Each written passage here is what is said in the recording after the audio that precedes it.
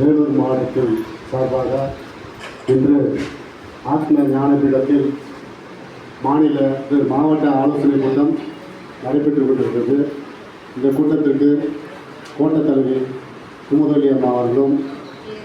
வேலூர் மாவட்ட தலைவர் திரு வெங்கடேசன் அவர்களும், வேலூர் மாவட்ட செயலாளர் தினகரன் அவர்களும், ஆன்மீக அணி தலைவி திரு தேவி அம்மா அவர்களும் மற்றும் இந்த நிகழ்ச்சிக்கு பூசாரி அணி தலைவர் திரு மனோகர் அவர்களும் தெரியல அந்த மூலையில் இருக்கிறதுனால, அதே போல் இந்த நிகழ்ச்சியை ஒருங்கிணைத்து சிறப்பாக நடைபெறுவதற்கு உறுதுணையாக இருந்த மாநில பொதுச் செயலாளர் திரு அன்பழகன் அவர்களும், எனக்கு முன்னால் இங்கே பல கருத்துக்களை கூறி அமர்ந்திருக்கும்